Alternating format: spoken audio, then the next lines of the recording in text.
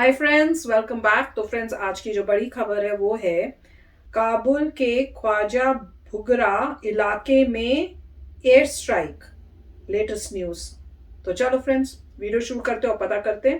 पर वीडियो शुरू करने से पहले अगर आप चैनल पर नए हो और आपने अभी तक सब्सक्राइब नहीं किया तो जल्दी से पहले सब्सक्राइब के बटन और बेल आइकन को क्लिक कर लो ताकि आपको हमारे सारे न्यू वीडियोस की नोटिफिकेशन मिल जाए जैसे हम अपलोड करें। अगर आपको वीडियो पसंद आता है प्लीज लाइक एंड शेयर। चलिए शुरू करते हैं। से आपको बता देते हैं, ये दो तस्वीरें आप देख रहे हैं काबुल एयरपोर्ट के पास का ये इलाका। एक घर में धमाका होता है, धुआं उठता हुआ नजर आता है। शुरुआती जानकारी थी रॉकेट से हमला हुआ, लेकिन अब जो खबर आ रही है वो ये कि काबुल धमाके पर अमेरिका का ये बदला पार्ट 2, इसे आप ऐसे कह सकते हैं। काबुल के खाजे बोगरा इलाके में ये एयर स्ट्राइक की गई है, मिलिट्री स्ट्राइक अमेरिका की तरफ से की गई है।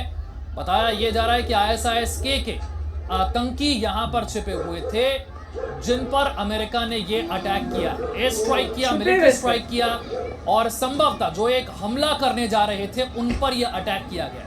क्योंकि अमेरिका ने पहले इस बात की आशंका जता दी थी कि अगले 24 से 36 घंटे में एक बार फिर से काबुल एयरपोर्ट को निशाना बनाया जा सकता है, एक बार फिर से आतंकी हमला हो सकता है। और ऐसे में एयरपोर्ट के पास के इलाके में एक घर पर जो हमला हुआ है वो दरअसल अमेरिका की एक मिलिट्री स्ट्राइक है। ISIS-K के ठिकाने पर ये अटैक किया गया। इससे पहले काबुल के एयरपोर्ट के पास जब धमाका हुआ था, बैरन होटल के पास धमाका हुआ था अमेरिका की तरफ से, तब भी ड्रोन स्ट्राइक की गई थी। और अब हमले की आशंका जताकर हमला हो उससे पहले अमेरिका की तरफ से ये बड़ा कदम उठाया गया है।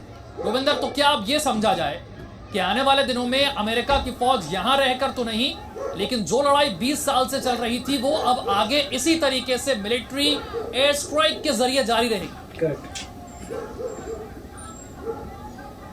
एग्जैक्टली लड़ाई कम करेगा अमेरिका, बट अब जो अमेरिका करेगा वो बिना अपने किसी सोल्जर को ऑन द ग्राउंड यूज करे हुए करेगा। वो केवल इसको एक वीडियो गेम की तरह टेक्नोलॉजी के जरिए, ड्रोन्स के जरिए, मिसाइल्स के जरिए, एयरफोर्स की बॉम्बिंग के जरिए अपने जो टारगेटेड दुश्मन है उनको, जिनको निकालना है अमेरिका, उनको वैसे टारगेट करेगा। और अगर हाँ जरूरत पड़ी, अमेरिका को लगा कि एक हाई वैल्यू टारगेट है कोई, उसको निकालना है, उस केस में वो जैसे इन्होंने ओसामा बिन लादेन को रात के अंधेरे में जाके 50-60 मरीन्स ने चुपचाप जा करके उठा करके मार दिया, तो उस तरह से कोई इक्के दुक्के करेंगे जो हाई वैल्यू टारगेट होगा।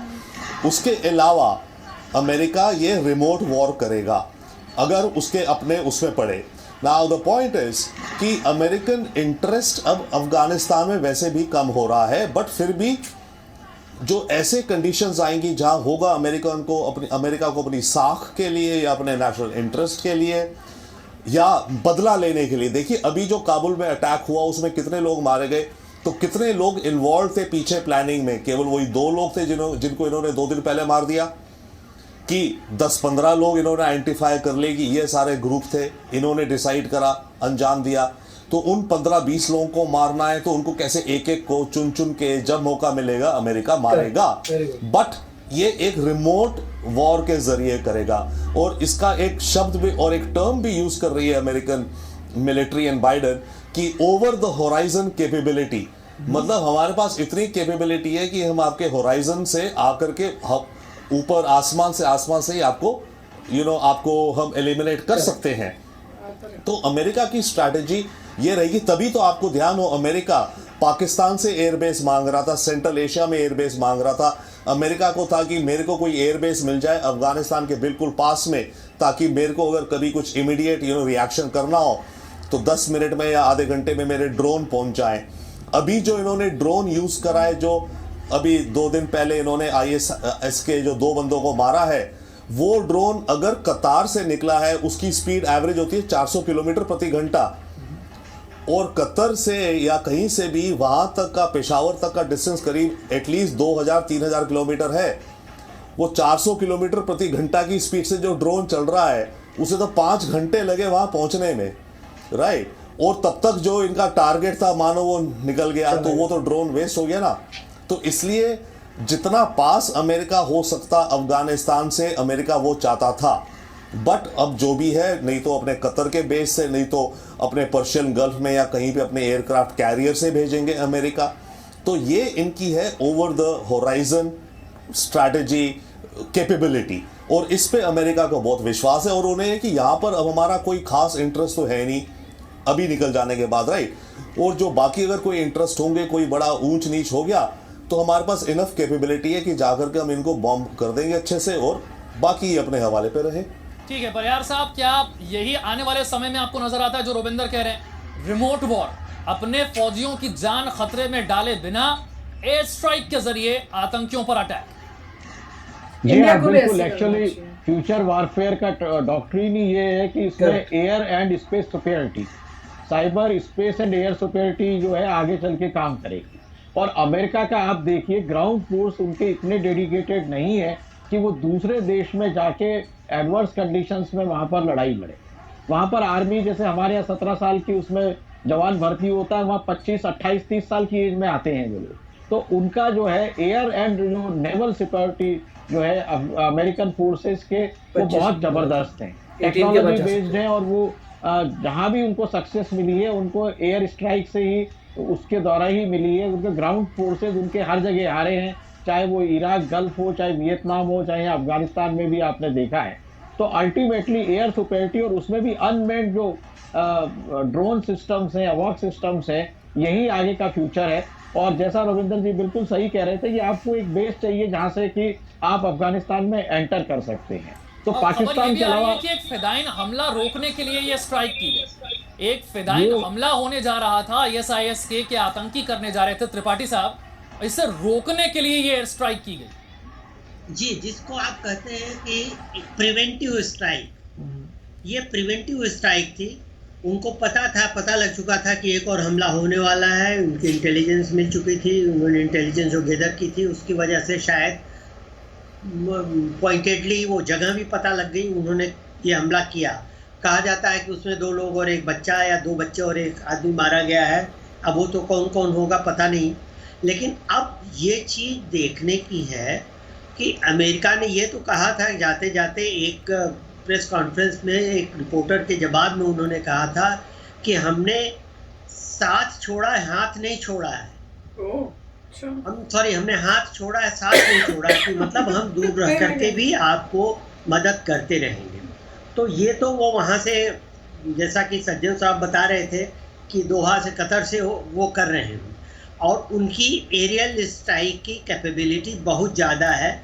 इस वक्त मेरे ख्याल से दुनिया में सबसे ज़्यादा है। तालिबान से या ISIS के से क्या कंपेयर करना, उनके पास तो कुछ है ही नहीं। तो ये वो करते रहेंगे। लेकिन मुझे एक जो डर लग रहा है वो ये है कि अभी तो ठीक है, अभी इन्होंने ISIS के का एक और प्रिवेंटिव वो कर दिया, उस पर हमला। 2-3 हो सकता है ये और करें, क्योंकि जाते जाते इनको भी जाने में टाइम नहीं, मेरे ख्याल से हफ्ते भर में ज़्यादा निकल जाएंगे अगर इस तक नहीं जाते तो। लेकिन उसके बाद क्या होगा? उसके बाद क्या अमेरिका का उतना ही इंटरेस्ट बना रहेगा यहाँ? मेरे ख्याल से नहीं बना रहेगा। और इसलिए उसके बाद अगर ISIS और तालिबान के बीच में लड़ाई होती है, जिसमें तमाम निर्दोष नागरिकों की जानें जाएंगी, जैसे गई काबुल एयरपोर्ट को 2 दिन पहले, तब क्या होगा? उसकी जिम्मेदारी किसकी होगी, या उसको रोकने का क्या उपाय होगा? ये बड़ा ठीक, प्रश्न। परिहार साहब का कनेक्शन कट गया था, मैं एक बार फिर से आपके पास आऊंगा। जैसा कि त्रिपाठी जी कह रहे हैं कि जब तक रेस्क्यू पूरा नहीं हो जाता तब तक अमेरिका का इंटरेस्ट है। जिस दिन अमेरिकी नागरिक सही सलामत वापस अमेरिका पहुंच गए, अमेरिका की फौज वापस पहुंच गई, उसके बाद यह स्थिति कंट्रोल करने वाला कोई नहीं होगा। कंट्रोल करने में अमेरिका जो है वो पूरा, जैसा त्रिपाठी साहब भी बोल रहे थे कि वो पूरा छोड़ेंगे नहीं। जो बाइडेन इतना ही कोशिश करें, उनको नाटो कंट्रीज का भी प्रेशर उनके पास आएगा, क्योंकि अगर आगे चल के अफगानिस्तान में चाइना या रशिया का इन्फ्लुएंस बढ़ता है तो अमेरिका को मजबूरन चाइना को काउंटर करने के लिए इसमें एक्टिवेट अपने आप को करना ही पड़ेगा। तो मैं समझता हूं कि ये समय के साथ में इसमें बदलाव आएंगे। तो फ्रेंड्स, काफी इंटरेस्टिंग डिस्कशन हो रही थी, और जिस तरह से बात हो रही थी तो वैसे लग रहा है, पहले तो उनको लगा था कि ये कोई टेररिस्ट अटैक हुआ है, और उसके बाद लेटर इनको न्यूज में फिर बाद में पता चला कि ये एक्चुअली कोई टेररिस्ट अटैक नहीं था, ये यूएसए ने ही अपना एक ड्रोन जो है वो उससे अटैक किया है, क्योंकि उनको ये इंफॉर्मेशन मिली थी कि वहां पे जो है टेररिस्ट है जो प्लान कर रहे हैं यहाँ पर बॉम्ब फिर से एक बारी करके डिस्ट्रक्शन क्रिएट करने का। तो उन्होंने तो पहले, मैं बता रही हूँ, बाइडेन जो है उन्होंने तो पहले ही बोला हमें सब इंफॉर्मेशन है, वो तो पहले ही बोल चुके हैं हमें सब इंफॉर्मेशन है, कौन कौन कहाँ किस मिला हुआ है, कौन किसके हाथ था इन सब में। तो इतनी इंटेल इनके पास है, मैं तो ये सरप्राइज भी हो रही हूँ और पता भी था हमें, क्योंकि हमने कई बार बोला था कि ड्रोन से करेंगे, जहां जहां करना है स्पेसिफिक एरियाज में उनके पास इतनी कैपेबिलिटी है कि बिना वहां पे अपने सोल्जर भेजे वहां ड्रोन मारेंगे, और जहां जहां उनको पता है वहां पे उनके हैं कैंप्स हैं या वो हैं वहां पे वो प्रिसाइज अटैक होगा। और देख लो वही किया इन्होंने, 2 ऐसे अटेम्प्ट्स किए और अभी और भी होने वाले हैं। इन्होंने कईयों को जहां जहां मेन इनको लग रहा है जहां है वो उनको करके जाएंगे। और इसमें ये भी बोल रहे थे कि भाई अगर जब चले जाएंगे तो फिर उसके बाद क्या होगा, क्या पूरा ही छोड़ के चले जाएंगे। तो ये काफी इंटरेस्टिंग इन्होंने बात की थी कि नहीं, क्योंकि अगर पूरा छोड़ के चले गए तो यहाँ पे फिर से चाइना का या रशिया का जो है अगर वहां पे पावर उनकी आने लग गई तो फिर यूएसए को फिर कुछ इन्वॉल्वमेंट करनी ही पड़ेगी। तो अब तो देखेंगे सिचुएशन एज टाइम जाए, पर देख लो भाई क्या कहाँ से कहाँ मतलब क्या हो जाता है कुछ ही टाइम में। It is just surprising and shocking. Right, तो काफी अच्छा वीडियो था। इसमें मेन पॉइंट यही था कि यूएस अब ऐसे ही ऑपरेट करेगा, मतलब जैसे वो कह रहे हैं कि हमने साथ नहीं छोड़ा, सिर्फ हाथ छोड़ा है, इन द सेंस कि यूएस जो है अपने हाथ छोड़ा है, साथ नहीं छोड़ा नहीं। उन्होंने बोला हाँ, तो वही बोला कि साथ नहीं छोड़ा तुम्हारा, हाथ सिर्फ हाथ छोड़ा, मतलब हाथ छोड़ा है, दूर हो गए हैं, दूर हो गए हैं मगर साथ नहीं छोड़ा। तो बहुत अच्छी पॉइंट था। और यही था कि वो अपनी कैपेबिलिटी से ओवर द हराइजन आके सीधा फायर करके इंफ्रास्ट्रक्चर को उड़ा देंगे, लोगों को उड़ा देंगे, जैसे और जगह किया है। उससे क्या है, उनको कोई ग्राउंड में एलाई नहीं चाहिए, कुछ नहीं चाहिए, एक इंटेलिजेंस चाहिए जो ऑलरेडी है, इंटेलिजेंस और जो एलाइज की इंटेलिजेंस चाहिए, पिन पॉइंट करे कि यहाँ प्रॉब्लम है, उसमें इंडियन इंटेलिजेंस भी इन्वॉल्व होगी, सब कुछ होगा, सीधा वहाँ से फायर करेंगे, उड़ा देंगे। अब कुछ लोगों ने डेफिनेटली ये कहा था कि भाई ड्रोन की कैपेसिटी बहुत कम होती है, तो अब कैसे ड्रोन करेंगे। और मैंने कुछ कहा था कि बहुत सारे आइडियाज़ होते हैं जो कभी गवर्नमेंट नहीं बताती कि वो कैसे कर सकते हैं। एक एग्जांपल मैंने दिया था कि एक बंदा ड्रोन लेके नीचे चले जाए, वहाँ से कर दे, OCA का ऑपरेटिव है वो तो घुल मिल जाएगा, मगर उसने कर दिया।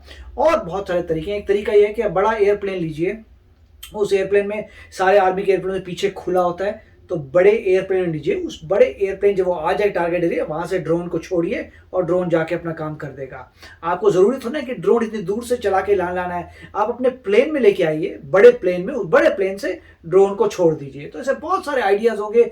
तभी मिस्टर बाइडेन ने कहा था ओवर द हॉराइजन अटैक कर सकते हैं हम, एग्जैक्टली प्रिसाइसली एक बंदे को मारने तो उसको भी उड़ा देंगे, छोटा रॉकेट आएगा सीधा डिस्ट्रॉय कर देगा, जैसे भी दिखा रहे हैं कि उन्होंने अपना काम कर दिया। अब इन्होंने बहुत अच्छा क्वेश्चन किया था, वो क्या था कि अभी तो यूएस कर रहा है, एक बात है कि बदले के लिए करेगा। पहले की जो 13 बंदे मरे हैं, मिनिमम 13 बंदों को तो खत्म करेगा प्लस और को करेगा, ये तो पहली बात है। तो जब तक रिवेंज लेना है तब तक तो होता रहेगा।